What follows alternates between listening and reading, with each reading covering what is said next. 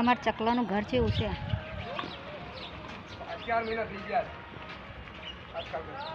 અમાર બાજુમાં હે ને વાડો હે ને તો મોટી બધી ઝાડ છે જો, પણ અમે કપાવતા નહીં કદી, કેમ કે ઉનાળામાં બહુ જ બધા ચકલા બેહાય દોણા ખાવા માટે, કે આપણે એસી ને કુલર ને એવું ઠંડુ ખોલીએ ને તો અમને બી બિચારાને સોયલો જોવો ને જુઓ ગમ ગોળ થઈ જઈશે જુઓ ઘરના જોડે, પણ તો અમે પાડતા જ નહીં કદી।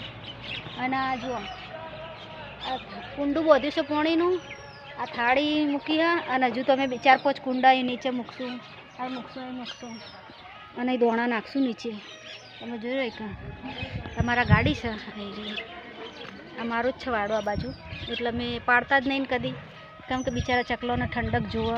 ઘણા લોકો કે આને પાડી દો ખરાબ લાગે છે, પણ ના શું કરવા, જેમ કે આપણે બી એસીને એવું બધું આપણે ખોળીએ તો એમને બી બિચારાને ઠંડુ વાતાવરણ ઝાડ હોય જો કેવડી મોટી ઝાડી છે ને ગમ ગોળ થયેલી છે ને, પણ અમે પાડતા જ નહીં કદી। બધા લોકો કે ઓગણામાં ખરાબ લાગે હો ખરાબ લાગતી કહેવત નહીં તો કંઈ હંગાતી નહીં આવે, જે તો 5 ઓગળીનું પૂન જ આગળ આવશે। એટલે ઉનાળો આવે ને એટલે બહુ બધા ચકલા બેહા અમે ખાસું બધું પાણીને ઉનાળામાં મૂકી દઈએ, તમે હાલના એકદમ ઉનાળો આવશે ને એટલે હું બતાવે કે અમે પાણીની કેટલી સગવડ કરીએ છીએ ચકલો માટે। કેમ કે માણસ તો ખોઈ નહીં નુગરું બોલશે, અનબોલ જીવ હશે ખાશે, અનબોલ જીવ હે ને મોઢાથી તો કોઈ ના કહે, પણ એની ઓતેડી આસી બોલશે ને તો આપણને બહુ બધું ભગવાન સારું કરશે।